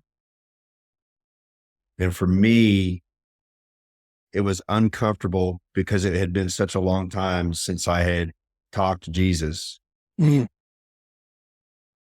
now I'm okay with it because I'm used to the uncomfortable, living in it. So I started, and I'm not saying that I'm perfect at all, but it's just like that leadership style gave me the authority to go back to my time and look at my time that happened and figure out why I was disconnected at the time. So it's been through counsel, all the rest of the stuff, but the leadership side of the house came in to where I was like, I need to self-lead. I need to self-own. And in the leadership and the leader of my house, I need to know why I lost my wherewithal with Jesus and understand how that is a trickle down and affected everything that I've been through to even today. Does that make sense? Yeah. What was it about it that made you vulnerable to open up your mind to that? Because this is what I know, right? I understand paradigm shifts. I understand when we start thinking differently, right? Yep. But then there was something, in order for you to digest that, there would have had to have been something that softened you, right? Yeah, there was a time. So if you remember, man, this was after I got back from Afghanistan and I was having my eye issue. And I literally thought I was going to lose my sight in the left eye. What caused that? Remind me of what I remember it, but what caused it? Yeah, it was a scratch that had gotten irritated. So we were in Afghanistan and my eye had gotten scratched and nothing real crazy. It wasn't from a combat deal or anything like that. But so I went into the roll 3 there. They were just like, it's an allergy issue. You'll get past it. The problem is that we were taking showers in bacteria infected water. Sure. And so it would just slowly start getting into my eye and it would get well for a while and then it would come back, get well for a while and then come back. And then finally at the end of the time frame, I remember coming through Fort Bliss and it is completely red. Like it is done. Something needs to be done. They were like, well, just go through TRICARE. They'll figure it out. Okay. So I come back here and they're like, you got to go to Dean McGee because Dean McGee, which is your big eye institute here in Oklahoma City. They're like, we've got to figure this thing out because it is not good. And so they started doing a lot of tests on it. It ended up being a really bad bacterial infection that crushed my cornea so bad that a virus then ended up attacking. So we all have viruses living here in our temples, like your chicken pox and what is that skin issue that we get sometimes? Like eczema. Yeah. So got into mine. Okay. And once it gets into your eye, there's really no medication. There's no real anything to do to stop it. Okay. So you have to let it take its course. What happened is it was literally eating away at my cornea to the point to where I was taking showers, was trying to put heat compression, just anything. I would look at this computer screen, Kyle, and it was literally, it felt like somebody was taking a knife and just scraping my eye to the point that I was wearing patch and all the rest of the stuff over. And I was just, and it took, I think it took a year and a half for it to finally come down. And now I have a permanent scar over the left eye. And I see about 2,400 out of it. So I'm a one-eyed guy. That's what my optometrist tells me all the time. Hey, you're an optometrist. You're a one-eyed guy. So lens replacement and any of this stuff. So the only way to fix this is a transplant. So you have to get a cornea transplant, which is a year process, and it's a graft, so it's not guaranteed. So being as active as I am right now, there's no way I'm going to sit there and do nothing for a year. Right. It's not going to happen. We've prolonged it. VA has got it. All the rest of the good stuff. That in that time period was probably, I remember listening to Hillsong and just crying out to God to please tell me what's going on here. Please give me some direction. I was worried about, because I didn't have much sick time, all the rest of the stuff. And the guard was talking about doing this in-cap process and all the rest of the stuff to the backfill the money that I might be losing. And the city was talking about, you can go on disability, but you'd only get about, 66% of your pay and just all the rest of the stuff. So I have all these things going on in my head. I'm like, what am I supposed to do here? And this is right at the time, brother, that I was on SWAT still. Right. So I'm trying to come back to the team also. Because the team that was our zen, right? That's where we went, man. That 100%. 16 hours for that month was our time. Yeah. It was not just throwing lead down range, but it was that camaraderie. It was that hanging out with the guys, all the rest of the stuff. Yep. And I was trying to come back, and I think I was trying to come back too fast. And what had happened is I had put some rounds in one of my pistols, and they weren't the same caliber that my pistol was. And it was because I couldn't see. And so and they got on to me pretty hard about that. Yeah. Understand. Same day, go up to the rifle side, and I'm trying to come back, man. I've got the grit. I'm going, I'm pushing. How we are. And we're at I think it was the 150, and we're prone or whatever it is. And I forgot to take my lever from fire, put it to fire from fully auto. I think I remember that day. Yep. And so I was still trading with you guys because I was at that point, I think they were trying to integrate me as a tactical liaison. They said, yeah. So put 3 rounds down because it was on full auto instead of single. And Jeff just goes berserk on me and fully understand. Yeah. And I just go, and I'm in battling my eye, trying to get back to who I am, trying to reintegrate back into the team that I was just gone from for a year and a half for my deployment, and just trying to build that continuity, that trust. Yeah. And now all of a sudden this has happened. Yeah, man. So I remember team leader, we were at red team at the time, Preston Moss pulls me and he goes, "What is going on with you, man?" And I was like, "I'm trying." And I think that was July timeframe or whatever it was. And I remember trying to put our nods and I couldn't see out of that eye. And if I were to use nods, I wouldn't be able to use nods because I can't see out of my left eye. Yeah. And so now I've become a liability. And at that time, the story of Adam Brown, it's a book called Fearless. I've heard of it, but go ahead. Okay, so Adam Brown he's a Dev Group guy. Yep. But he grew up mid-level athlete or whatever it was, got really bad on meth. Okay. Now Captain of the Navy gets him to come in to the Navy ball while becomes SEAL Team 6, right? Yep. He loses his left eye in combat. He's still Dev Group though. He still maintains, he still pushes, right? But he has that stability in Christ. He had become a massive advocate for Jesus Christ at that time. His wife. Did you read this book after you had resigned from the team? During.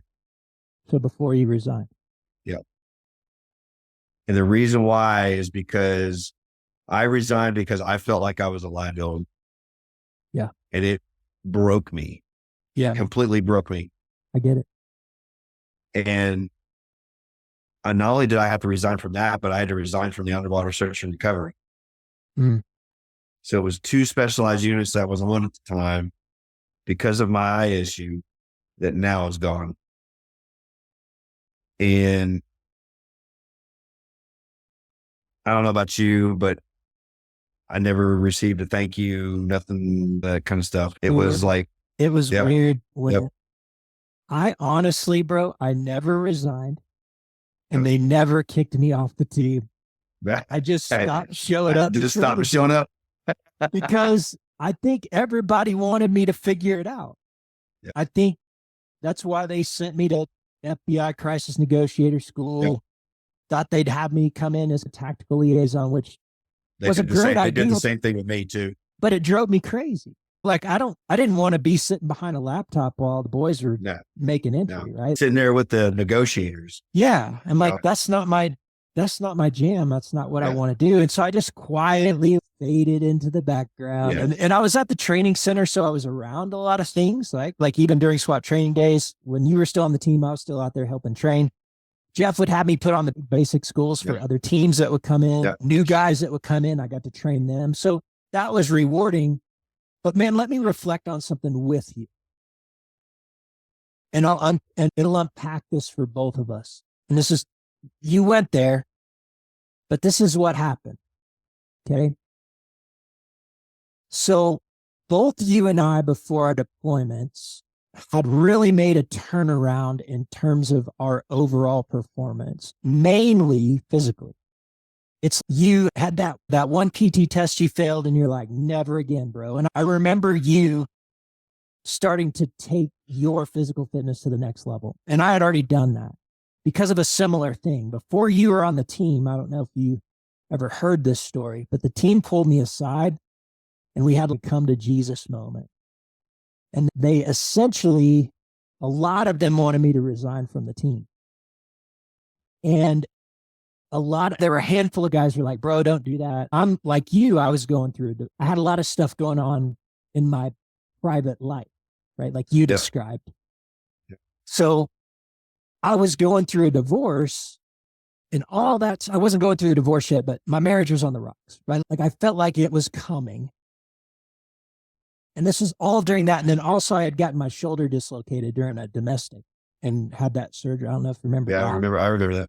And I was brand new on the team. And I flipped a switch like you did. You're like, I'm never going to fail at something that's in my control anymore. I'm not going to, my physical fitness is in my control. Yep. I can control that. That's a game I can play. And I just freaking did it. And reached a pinnacle to where really I was solving my problems with my physical prowess. Mm-hmm. Does that make sense? And what happened after the rug was jerked out from underneath me, in the sense that my foot gets blown up, I'm literally non-weight bearing for the better part of a year. And it took me 4 years to get back to patrol. Yeah. 4 years. And I was trying. Like I was legitimately trying to recover in every way I knew how. Yeah. But let me tell you what happened. And I think this happened for you too. And I went from really relying on my ability to handle situations with physicality. Mm-hmm. And then all of a sudden having to lean on my intellect and my spirit. Yep. So I went from my physical of the Trinity being the dominant, right? If we're made in the image of our Creator, yep, right? And we've got a mind, body, and spirit like our Creator. Yep. And I leaned really heavy on the body part. Yeah. And what my injury allowed me to do is start to develop my intellect and my spirit. Not just allowed me, it forced me. Yeah. I had no choice. Yeah. And so I relate to what you're saying. I think that's exactly what you were relating, what you're sharing with us is that the physical rug was jerked out from underneath you, and a guy that's operating at a high level like we were, right? And then all of a sudden, because of some crazy circumstance, right, it's not really an option anymore. Maybe it is, but it's a long road. And when you're operating at a level like that, it doesn't wait around on you, right? They're going to fill that spot on the team. They would have filled my spot on the team before I ever got back from Afghanistan, bro. Yeah. And that's because I don't remember if they did it after I was wounded or if it happened before, but what I'm saying is it's not that they don't care about you. It's just that they have to replace you. Yeah. And there was a piece that hurt. Yeah. But I feel like you're telling the same story I tell. Yeah. In the sense that I leaned real heavy on one part of who I was, and that was taken away from me. And I think by design, because who I am now is I'm 10 times. And not only that, bro, but I've gained back a lot of my physicality.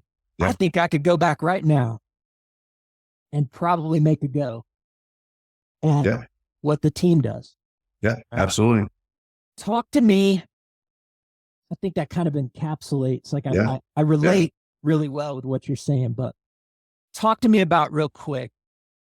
We had 2 litter mates. I deployed to Afghanistan before you. Pretty crazy deployment. A lot of really kinetic deployment. 16 KIA in that deployment just from our unit. And we had 2 litter mates killed that we went to OCS with. So classmates that were killed during my deployment. And then I came back wounded as a limb salve, serious combat injury. What did that do to your mindset? What did that do to what was your outlook on now that you're like, okay, I got to deploy? I know what it did to your wife.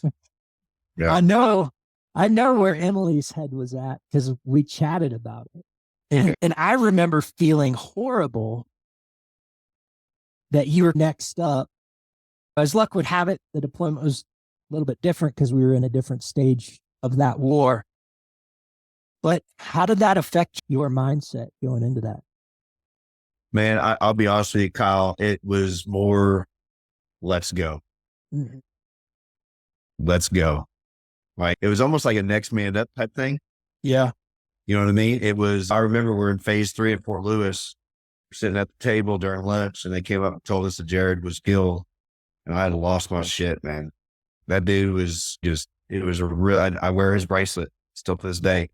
And he had a significant impact on me, short, but a significant impact on me in my OCS career, and ran with his Ranger Beret at the Oklahoma City bombing marathon with Governor Stitt back in 2021. I ran with Lee Hand's patch that he wore, and I knew Lee Hand. The reason why I knew him is because during that OCS process, they made me go down to one of the armories on the south side of Oklahoma City and do inventory on your nods. Yeah. And he was right there next to me. Yeah. So I knew him and got to them. But anyway, I was of the mentality, let's go. Emily doesn't come from a military family.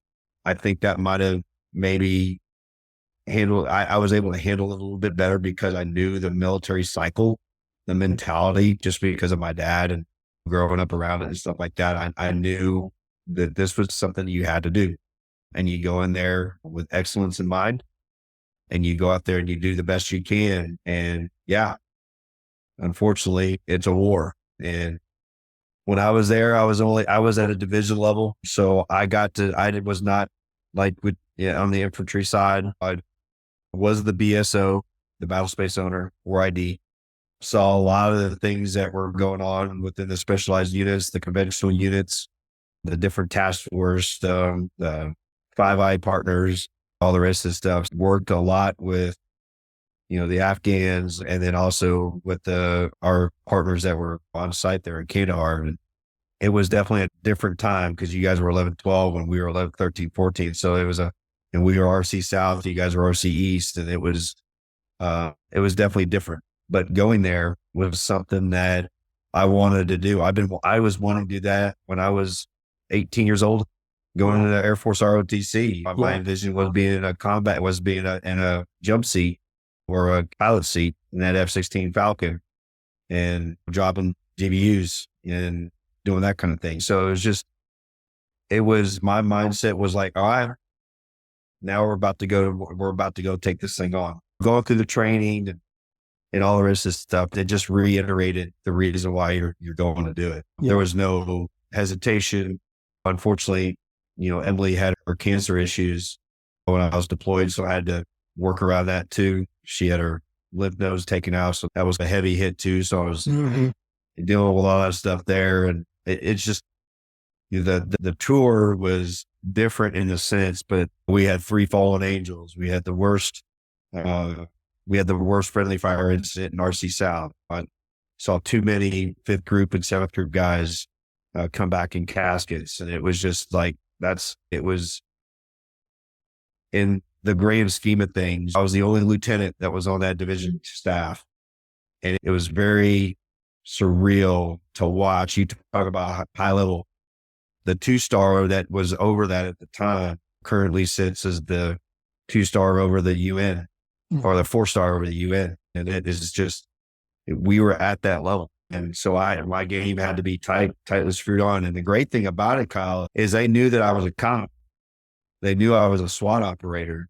And so when the Ranger battalions, the group guys, and even the SEAL guys, they would come up to us, there was an automatic, it was like I could identify them pretty quickly. Yeah. They knew who I was. So it was a cool feeling that, yeah, I'm over here. I'm a little bit different than the rest of the guys that were in that cell that we operated in. So that was neat to at least have that piece and the trade talk tactics and all the rest of the stuff that they do as opposed to what we do on the SWAT side of the house. And in fact, I remember getting into a pretty heated conversation on a planned objective operation. And it was tactics that were talked about. Just, hey, we need to have our screws tightened a whole lot more before we just go into this KLE and do what we're supposed to do. You know what I mean? So anyway, it was interesting. I had some of the same experiences. You wouldn't think that what we did as SWAT operators would translate. The concept, the tactical concept of contain, isolate, reduce, right?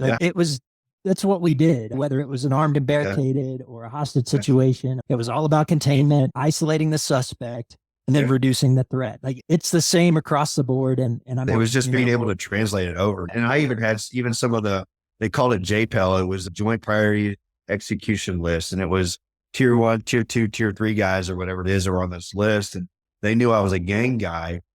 So they looked at his objectives. Say the name, objective name. They're a HME facilitator. They're a IED maker, blah, blah, blah, whatever it is. And they would put them in networks.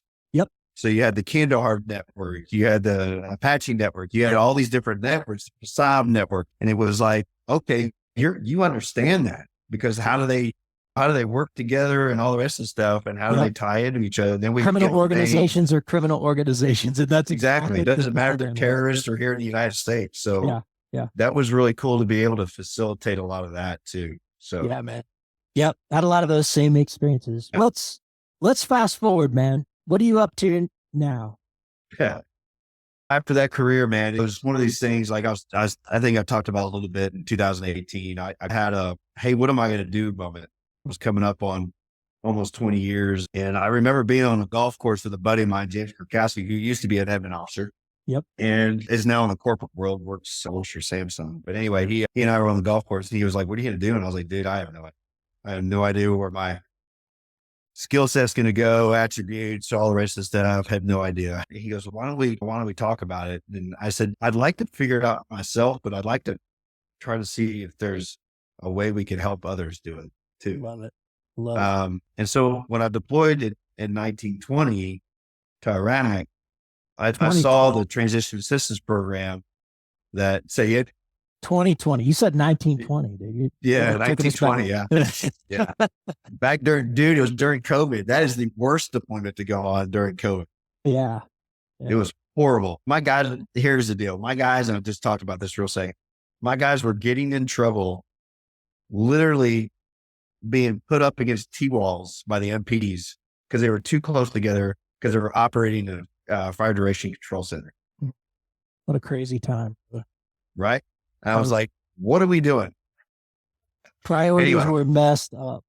Yeah, exactly. So anyways, moving forward, I saw that the military has a transition assistance program and SFL TAP, at least on the Army side, and every other entity. And whether it's good, great, bad, whatever, but it's at least something.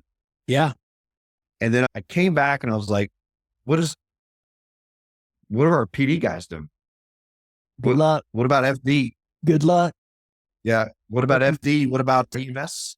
Yeah. About anybody in EMS? How about corrections, dispatchers, all those that fall under the FR umbrella? Yeah. And I started doing a lot of research, Kyle, and really about January 2023 is where I really hit the accelerator on it. And I started finding articles like from back in the 80s that were talking about there needs to be a pathway, an assistance program, all the rest of the stuff for cops, because they're dying early. Yep. They're dying right after they get out. That's it. And you're going, why? And the two biggest stats that I found, and their nationwide stats, is first responders, average death is 5 to 7 years after they leave their service. That's a national average, 5 to 7 years. You're going to tell me that I'm 48 years old and I'm going to die somewhere between 53 and 55, you are insane. Crazy. It's not going to happen. No. Yeah. But that's the national average. And then the other one is that we had a 24% higher mortality rate than any other occupation here in the United States. And we top out at 66 as opposed to 82, 85 for male and female. Mm-hmm. And deep dive into this more, and this is all validated by various different research and articles and stuff like that's out there. The problem is that we don't have a VA. Right. We don't have a higher entity that collects all this data, puts it together, then forces down some sort of priority metric to say we need to do X, Y, Z in order to take care of ourselves. And when I was looking at that, I started realizing that there is no transition assistance program for any of our people in the nation. Like, and in my experience, and your experience too, what was your retirement like? Exactly. I had a plan. Exactly. It was like, if I didn't have a plan. Yeah, it was on you. It was on you. And I'm not saying that everything has to be catered and all the rest of this crap. I'm not saying. I get it. Yeah. But at least have some program opportunities, availabilities. Started looking at what are our needs. Number one, we need to know what our pensions look like. If I'm going to leave fiscally, what does that look like? I've got a family to take care of. I might even be single. I might be 7 years into my career and I want to leave. What does that look like? What does that look like fiscally? Right? So you look at that and you create a pillow by bringing in somebody who specializes and understands that process and can sit down with those people and be able to articulate what it looks like for you. Hey, Jeff, I don't want to get you on track or off track, but I just thought of something along those lines. As you were saying that, how many guys are paying alimony, child support, right? Yep. And they're not retiring because of that. Like they are like, I'm going to work until I'm freaking 65 because I'm paying alimony and child support or college tuition or whatever. Yep. How is that something you guys are talking about? Yeah, we have all those obstacles that are out there, right? All those obstacles that prevents people from retiring, because we all know there's a date. Right. We all know, and we all recognize it. We won't say it, but we know it's time for us to go. Like, I know it. Yep. I got to leave. For me, it was like, I knew I had to go at this certain time because I was going to be a more detriment than I was to myself and my family if I stayed. Yeah. And just because of the tempo, the things that were going on, I needed to get out. Yeah. Right? And how many dudes are staying when they got no business staying? Right. Exactly. Because they're stuck. They can't make that decision. Like, right. You and I had other investments I received my full military retirement. So on top of my pension, I was doing pretty good. I had options, right? And then you had, luckily, a mentor early in your career that led you down the right path financially and set you up. But these guys that are just freaking broke off physically, they got no business doing the job and they can't leave because they're paying 2 alimonies and it's crazy. And then what it does is it creates a culture in that agency of just negativity. Yeah. You're stuck, man. If you feel stuck, your attitude by default sucks. Yeah. And it's going to affect other people. Yeah. And I mean, I think we're seeing now, and this is the space we're in, and I'm seeing more activity, but I saw like Fort Collins, Colorado, they're advertising in their recruiting, personal development is a piece of their employee benefit. Absolutely. And I'm now, what does that personal development look like? I don't know. Right.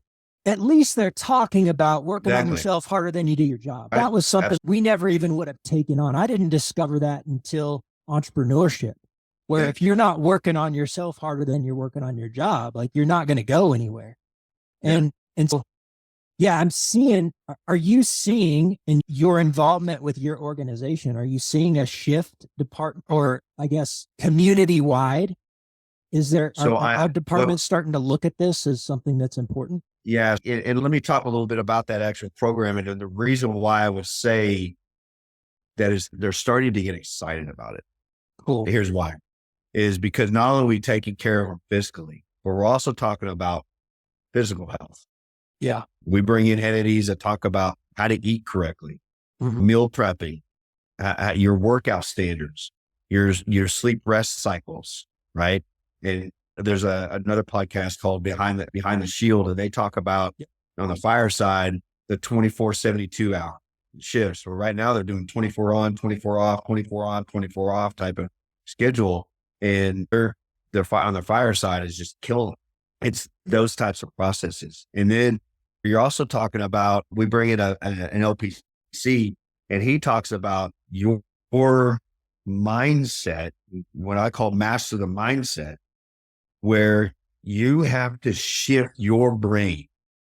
You have to take ownership of it, and you have to accept that you are going to be different. And you have got to translate your brain into a private sector mindset. So we have been in this public sector for a long time, a lot of linear, a lot of chain of command, all the rest of the stuff. Now you're going to go into a world where it's much different, and you can't knife hand everybody. Okay. Well, you mean I got to retire the knife hand? Is that right? So it's just not going to work very well out there. Yeah. You know what I mean? And so whereas beforehand, that was under your control and guidance and stewardship and whatever you want to call it. But you have to create a mentality that you're going to go into a different pace. It's a different language.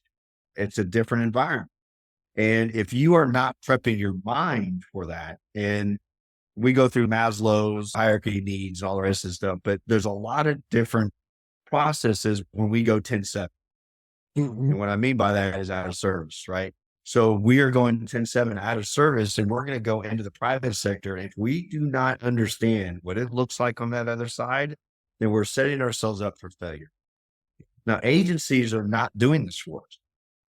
They're not prepping the battle, right? They're just like, okay, you're retired. See you later. You're good on your pension or whatever. Yeah. But they don't talk about, you talk about the trilogy of health. They don't talk about that. And when I talk about health and hope, is that we look at health, the trilogy of health, that inspires hope, that you get into that as you go through the gates of retirement or leaving your agency or whatever it is, you come out on the other side with a sense of hope that you can accomplish and serve, repurpose yourself, elongate your life, give stability to your home, all those things after you're done. Yeah. And we do that by, you got to have ownership. And we call that the H2O. So your health, your hope has to be done by taking ownership of that. And if you're not given a pathway that's from an outside entity like us, you can't own it because you don't know where to go. You have no, you can internet search, you can do all those things, but if you are not guided, mentored, coached, and told, hey, this is what it's going to be like, what do you want to do after? Yep. Do you want to go serve in your church? Do you want to do part-time work? Or do you want to go into the financial world? Do you want to be quality control? Do you want to go into logistics? Do you want to go into sales? Do you want to work in a line of work that's similar to what you're doing? But hey, guess what? There's a company over here that loves cops. They love especially SWAT cops that can take you on and be an advisement, do security assessments for building, just you name it, that's out there. Yeah. But when you don't give them those resources, Right. and you just let them out them to the wolves, there's no wonder why we have the mortality rate Yeah. and the death rate that we have right now. Because right now, the big three is this: cardiac, cancer, and suicide. Wow. Those are the three killers. Cardiac, because of stress. Because we don't, how many guys, Kyle, that have left their service and have jumped from job to job? A lot. Yep. And what I say is, find a fit, don't fit to find. And what I mean by that is a lot of guys sit there and go, I'm just going to get a job over here.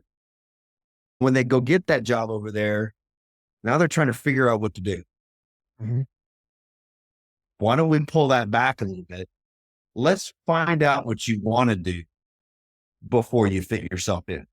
Yeah, man. Connect to purpose. Exactly. So understand where you want to serve at. Because we're service-driven people. Absolutely. You know, we want to do good things. We have to have another purpose. We have to. There's no ifs, ands, or buts about it. We are built that way. And businesses love people like us. Absolutely. Because we're timely, we're disciplined, we understand team, we understand culture, we understand cohesion, and we know how to get jobs done. Yep. And regardless of how abrasive we can be, we do have interpersonal skills. Absolutely. Especially when it comes to negotiations and crisis intervention. Yeah. Mm-hmm. I mean, we do know how to talk to people, especially in de-escalation, right? Things get heated. We know how to bring everybody back, back to earth. And my experience, I did a little consulting in the corporate world in the military industrial space. And I learned how quickly, first of all, my skill set from law enforcement, but then what I had learned through the School of Hard Knocks as an entrepreneur, as a business owner, and the skill set that I had developed leading teams of independent contractors and things like that. And there just was no one like me. And they offered me a sales manager position within, I think, 2 months as a consultant. And they wanted me to come on full time as a sales manager. Yeah. That gave me a lot of confidence, but then it made me realize, number one, that was not the industry that I wanted to work in, but then also that there's a ton of us out there that possess these skill sets. And so, man, it's much needed. And I commend your bravery in terms of spearheading that deal. What kind of ongoing? So I've seen you do seminars and things like that to prep guys that are either, I would imagine that can start as early as their rookie year, right? Like you can start prepping them. But so now retirement happens. They've gone through your program. What are the resources? Because for me, my journey after retirement, and this is why I developed the Rewired Experience Framework. This is why I do the podcast, is I need something actionable. That's the way we're wired. So we can talk theory, right? We can talk about paradigm shifts. We can talk about all these skill set transitions that you're talking about. But that's a process that can happen over a span of years. If you're lucky, maybe less. But for me, it took me, I would say, at least 5 years to really get a grasp of what it took to be successful in the private sector. What kind of tools are they? I know you mentioned the health and wellness piece. That's huge for me. I see a lot of guys, and this is one of the things we focus on from a holistic perspective, is a lot of guys coming out, your endocrine system is wrecked, right? From all the adrenaline dumps.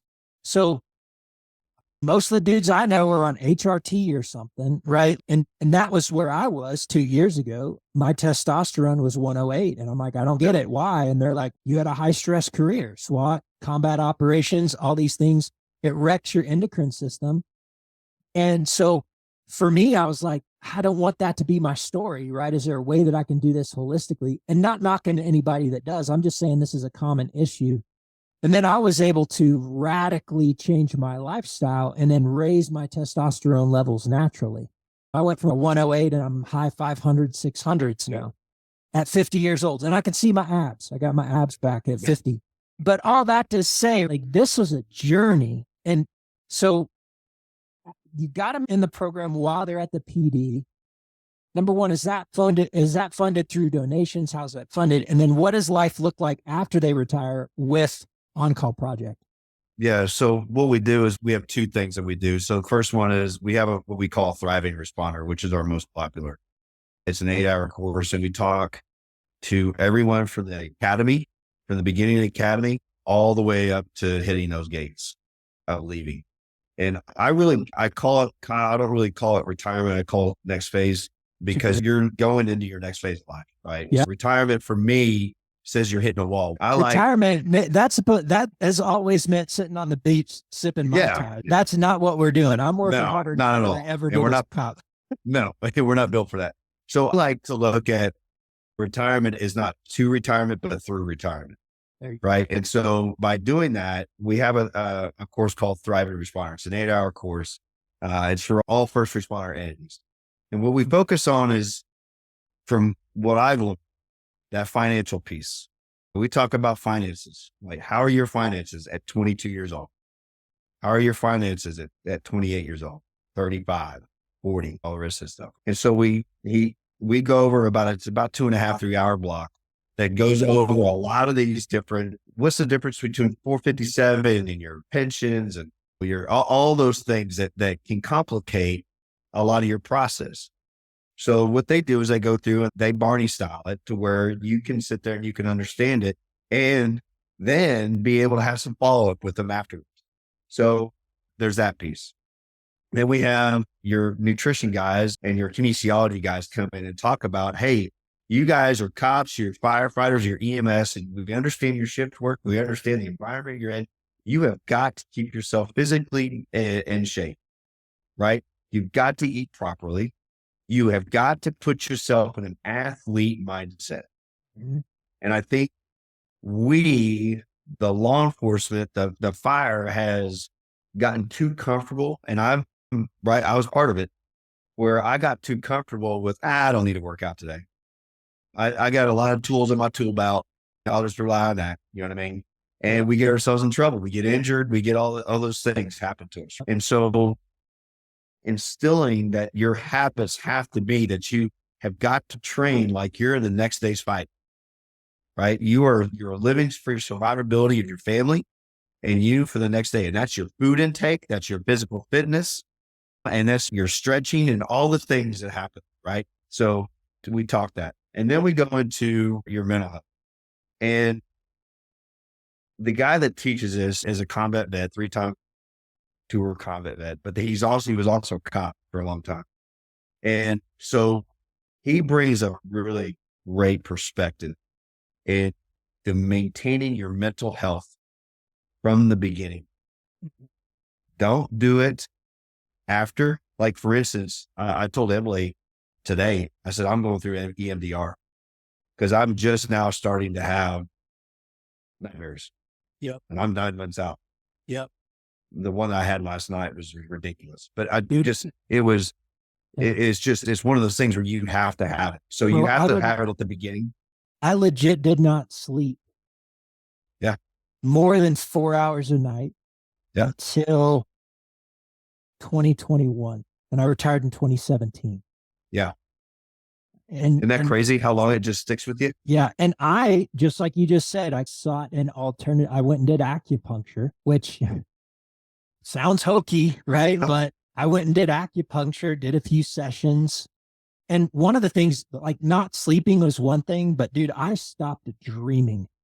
Yeah. I didn't have a dream from 2017 to 2021.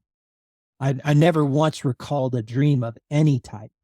Yeah. And I went and did acupuncture, and I kid you not, man, that night I had a dream that I was back in Afghanistan. And that sounds crazy. People are like, oh no, it's a war dream. I'm like, no, I'm just walking with the bros, right? On patrol. And it was a great memory. It wasn't a memory. It was just a dream, but it brought me back to that environment where it wasn't always a gunfight. And that helped me to move on. Sure. But yeah, absolutely. It's great, man. There's a lot of value in that. Yeah. Cool. And it's just unpacking that and the feedback that we've gotten just from that course, Kyle, and we've had about 200 first responders go through since August of 24. And the feedback that we get from it is, why are we not doing this all the time? Mm-hmm. This needs to be a mainstay. This is the best training I've received in my entire career. Right. We need more of this. The ones that have been really awesome, they've been the ones from the academy that says, now I know how to take care of myself. Yeah. Huge. Yeah. And it's those types of things that they haven't been given this resource in the academy, and the other one was, we have real people talking real issues with future leaders. Yeah.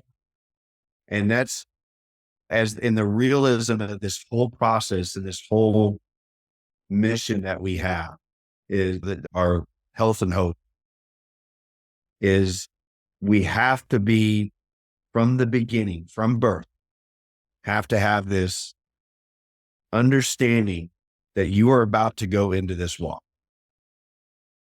And I think when you and I went to the academy, we were just so focused on the job that they were either scared to talk about it or just didn't know.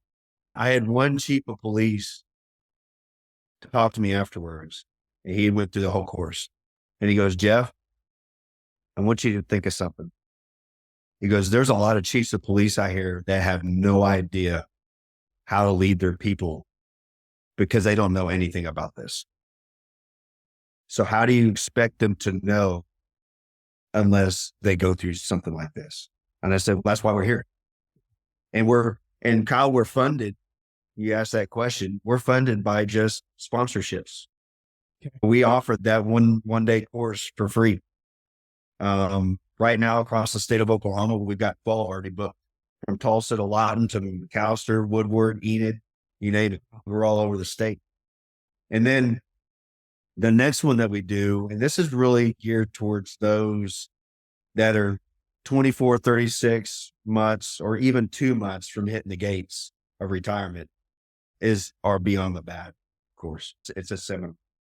And there's a lot of what I just talked about that is in the front part of this, but we bring in Warriors Rest Foundation, and they really talk about communication and a lot of different entities or a lot of different issues that you're going to have as you process into retirement. Those things that you really need to focus on: your family life, your stability, your outlook, the negativity that we bring in, that mindset of, I know better. I know because I was in this situation. And so I know you don't, type of mindset. And that's something that's really detriment to us when we are going into that world, because right now, and I don't know if you've experienced that, but nobody wants to hear about that. Right. Especially on the private sector. Yep.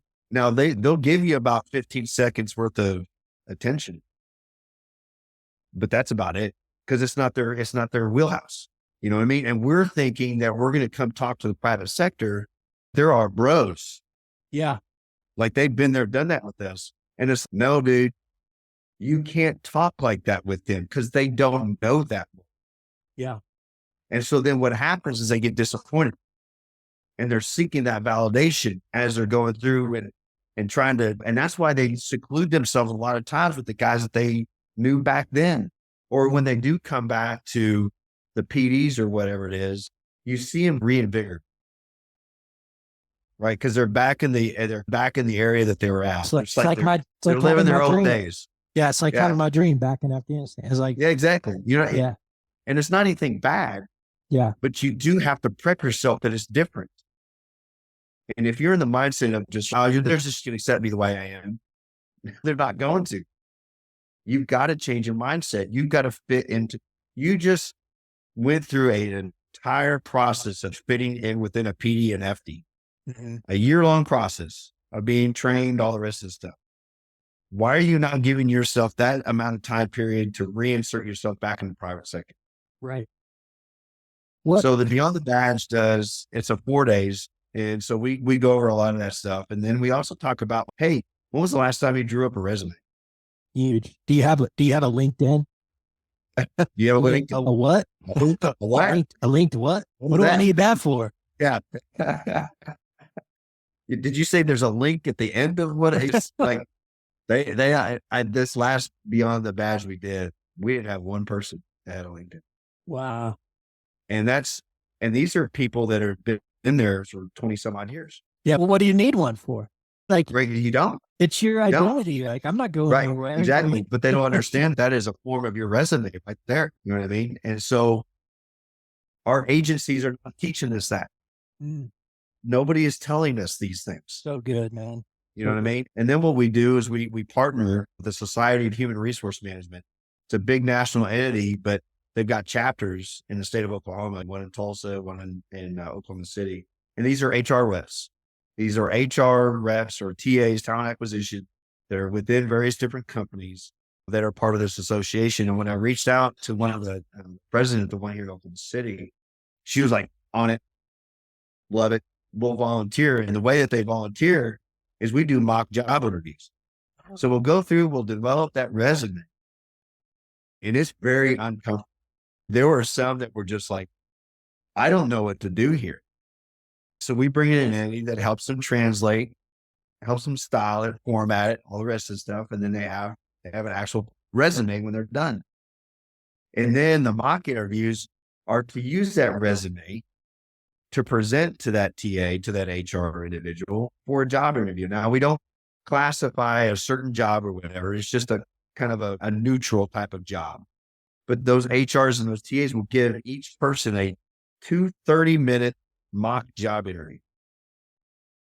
So you're getting real life HR people in real companies talking how to interview and giving you feedback, pros and cons on how you're answering questions. Do this, do that. You did well here, those types of things.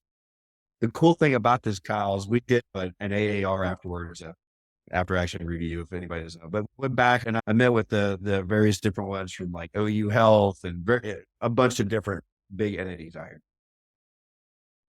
And what they told me was like, we had no idea that this talent was out here. Huge. So you're telling me that a retired cop of 25 years can be an asset to your company?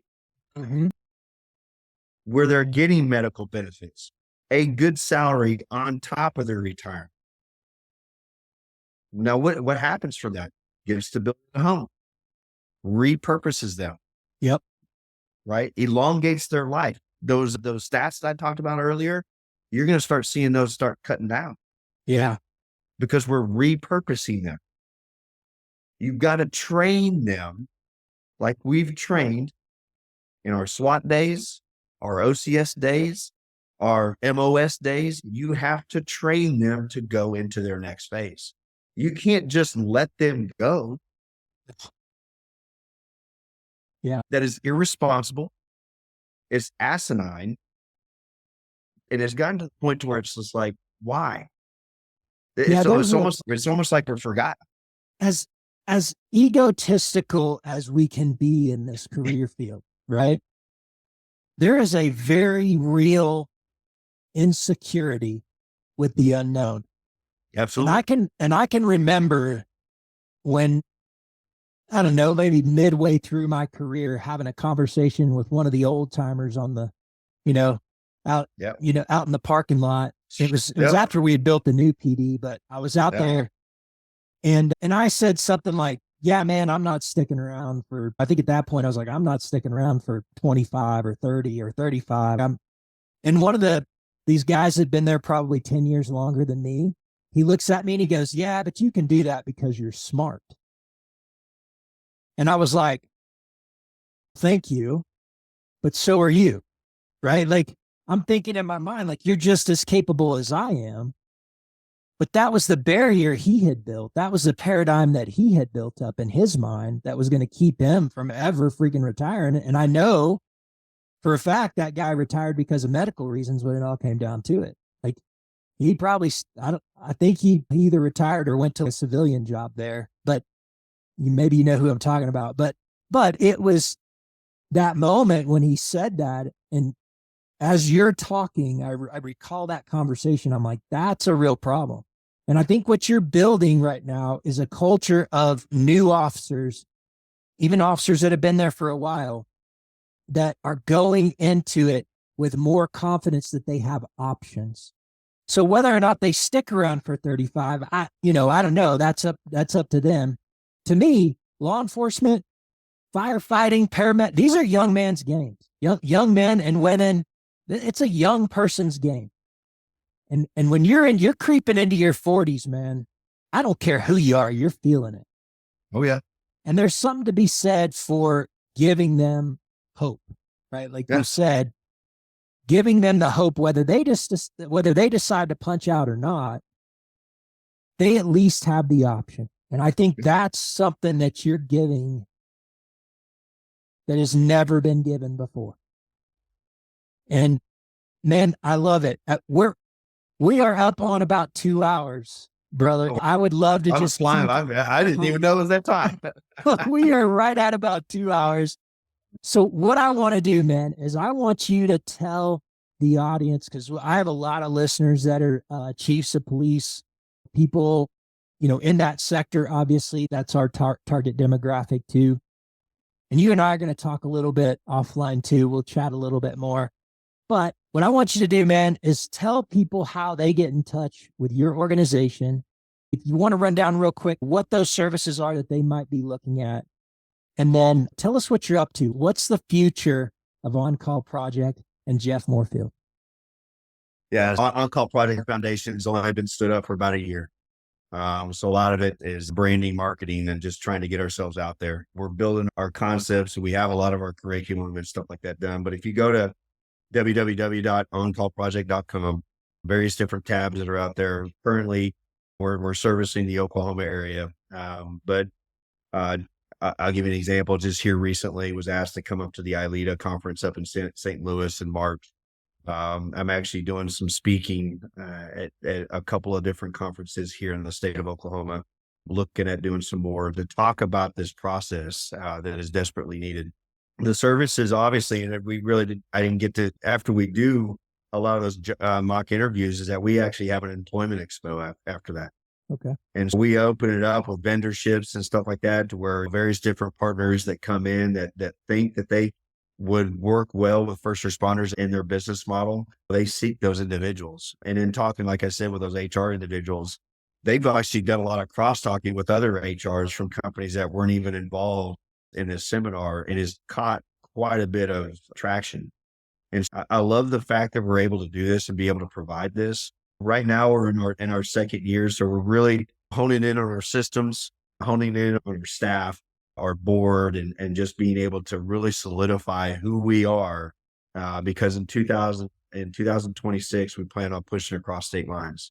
And that, what I mean by that is going regional, somewhere in Wichita, Little Rock, Dallas, those types of areas, down San Antonio. We're going to take this vehicle of resources that we've built, and then we're going to start pushing it down the road to where we can establish different chapters and ambassadors across the nation, to where I hope in 5 years, Kyle, NYPD, LAPD, or whatever it is, has an OCP that is literally there in that community, that can give those same resources that we have here under the guise of headquarters here in Oklahoma City, where they can give those resources to those fire entities, those PD entities, those EMS entities, because each state is different.